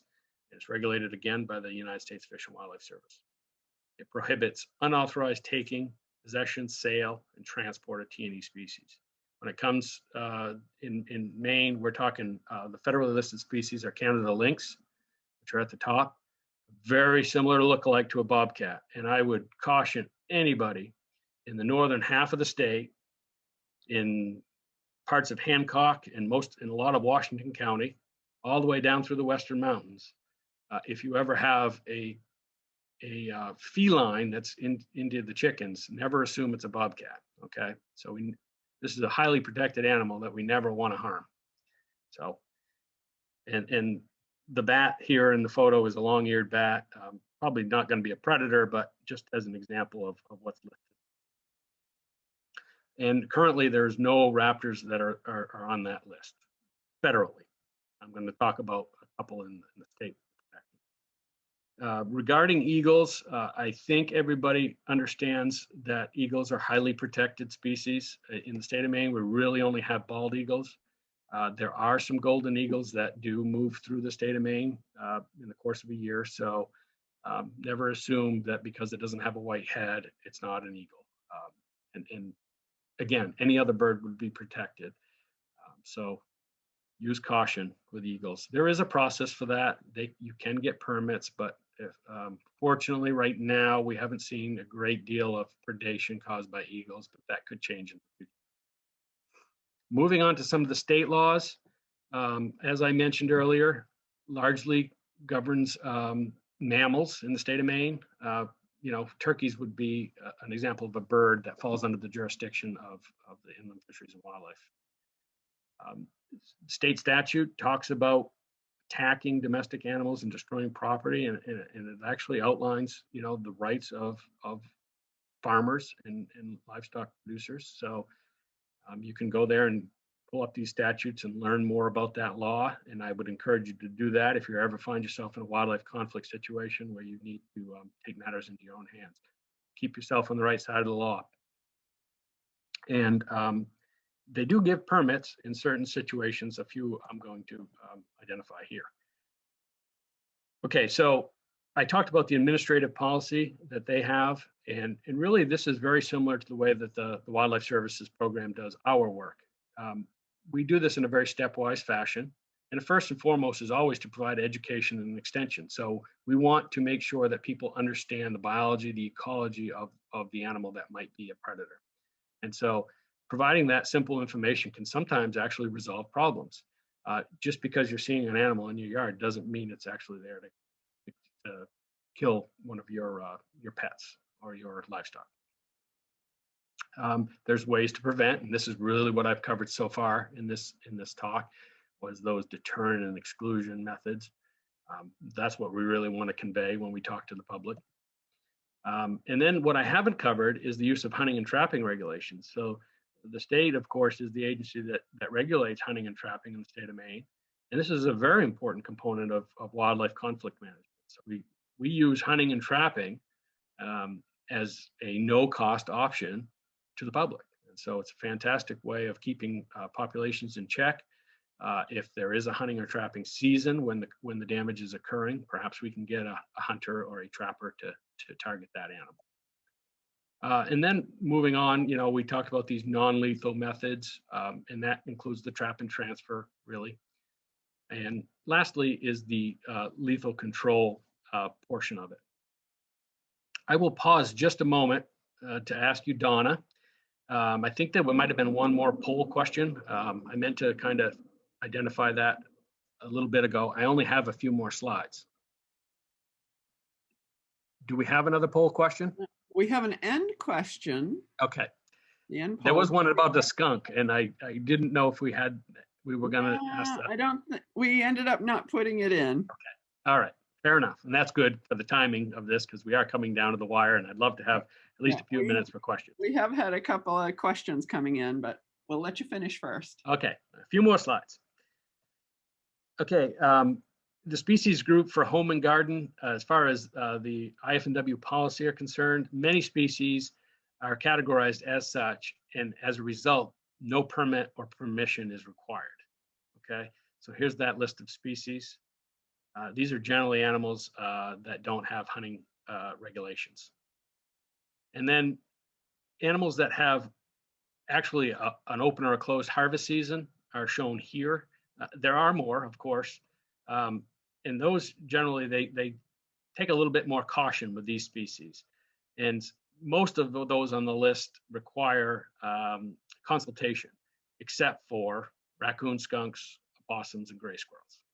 So that means if you have a raccoon in your hen house, you can go ahead and live trap that without consultation. But if it's a coyote or a fox or a fisher or a mink or even a weasel, you're supposed to contact a state official before doing it. And importantly, the policy is very clear not to translocate skunks or raccoons greater than 5 miles. And this is all about rabies and disease transmission. Okay? It's also recommended for other animals. And then additional conditions do apply for bears, and that's coming right up. The animals with no open or closed harvest seasons include a few that I show here. And those really do require some kind of a consultation for a state employee. And you'll probably need to permit before you were to direct any conflict management on them. So the take home message here is always check. You know, if you're not sure, check with your regional wildlife biologist. And then, you know, I mentioned this earlier in a federal context, but the state species are listed too. Here's 2 examples. This is a peregrine falcon on the left and a short-eared owl on the right, both state threatened or endangered species. And you know, generally you can't do anything with them. Some state officials would get involved if you had some real damaging problems there, and they may issue you a permit. But in general, you can't do anything about them. And if you take one, you're gonna find yourself in hot water. I said I'd mention black bears real quickly. They are treated a little differently because, you know, of the fact that they can actually cause, you know, injury or death because they're bigger animals. But generally, they're not aggressive, and so that's a good thing. But the state does want to handle each and every conflict that occurs. So I would encourage you, if you ever have a conflict with a bear, to give IF&W a call. You can certainly call my agency, and we'll route that in the correct way. We'll give you that contact information that you need.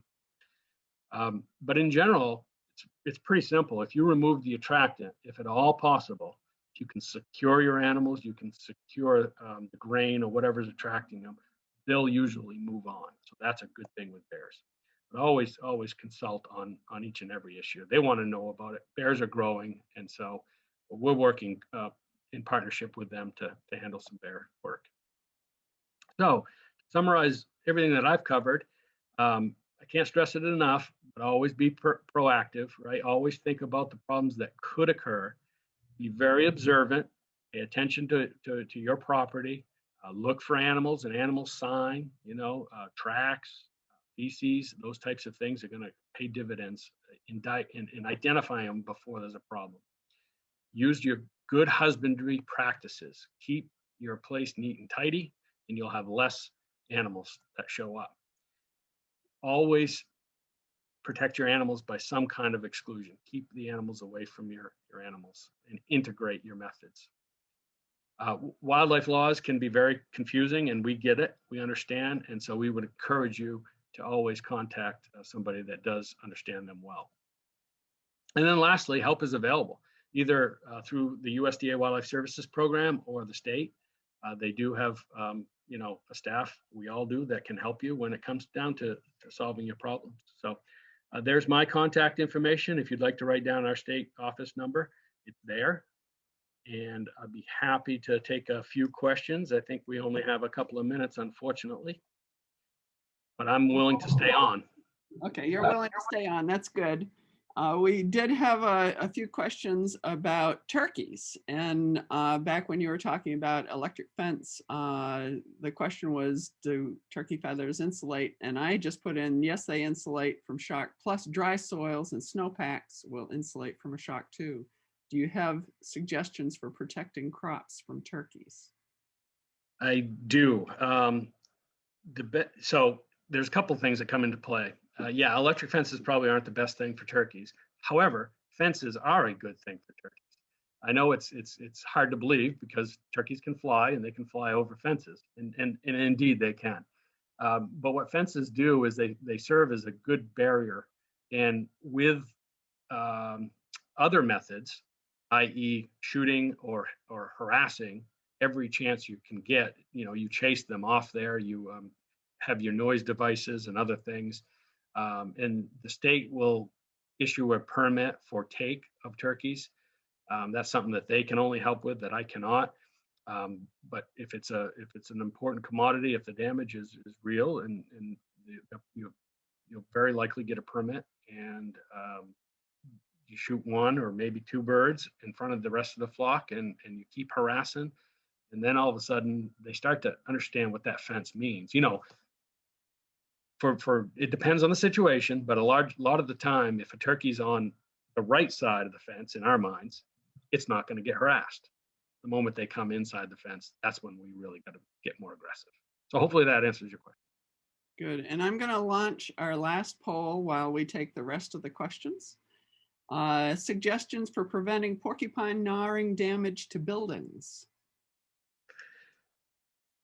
Porcupines are a unique animal in that they are attracted to anything with salt content. So, tool handles are another thing because, perspiration has salt in it. Buildings, for whatever reason, it varies, but different types of wood have a salt content in them, and that's why they're chewing it. They also may be chewing it for shelter, to get access. With porcupines, they are a regulated species, but they have a no closed hunting season, and so as such, they're not harvested greatly. And what I would say as a result, what they do allow is they allow take to occur more commonly when damage occurs. So they can be live trapped, they can be translocated, and they can also be, you can use lethal control. So you can shoot or trap them lethally. I think that's probably what I would do in most cases, depending on the nature of the situation. But by all means, exclusion can sometimes have perfect sense, especially when you have high populations and perfect habitat around your property. Exclusion would be the best long-term situation there. Okay, someone has a bald eagle circling their flock yesterday. She made noises and scared him off. If he does come back, what suggestions do you have to deter him? Yep. Our toolbox is quite limited when it comes to eagles. As you heard me say, they are protected by federal law, and as such, we do find ourselves in a bit of a big predicament, unfortunately. I think that person did the right thing. It was good that you did that. Technically, any sort of harassment used to be judged as a violation of that law. However, the Fish and Wildlife Service is recently kind of evolving, and they realize that events like that aren't going to have any long-term detrimental situations to that animal's survival. So I would encourage you to continue to do that, make yourself present, and kind of irritating noise, and hopefully that bird will move on and seek other avenues for foraging. So I think that's the right course of action in that case. If you have depredation, I would encourage you to give us a call. We'll work with the state, either call my office or call state regional wildlife biologist, and they can get some real detailed kind of information for you. Okay. They're also wondering if turkeys carry any diseases or things harmful to humans. They've had a flock that have been frequenting their yard. Yes, I would say the answer is definitively yes. Um, you know, however, you know, do they actually introduce foreign disease that would be really alarming to us? Maybe not so much. However, we have done some levels of research with them. They can, you know, I think salmonella is one of them. We've done some studies, not in the state of Maine, but elsewhere, that have determined that they can move these pathogens around. So it's something to definitely keep in mind. With turkeys, I guess if it was my property, my animals, I would try to scare those turkeys off. I would not encourage them to forage with your animals. Good. And we have several thank yous. And those of you that are looking for pesticide credits, if you could just put your name in one last time in the chat and we'll close it out. But I appreciate Adam and Kathy's time to help us learn more about how to control all these vermins that can do damage on the farm and in our homes and gardens. And I will be sending you the recordings, and I'll have both Adam and Kathy send me links that you shared in your PowerPoints, so everyone will have all those links. Okay. Thank you, everyone. Yeah, thanks for coming. Thanks for having us, Donna. Yep.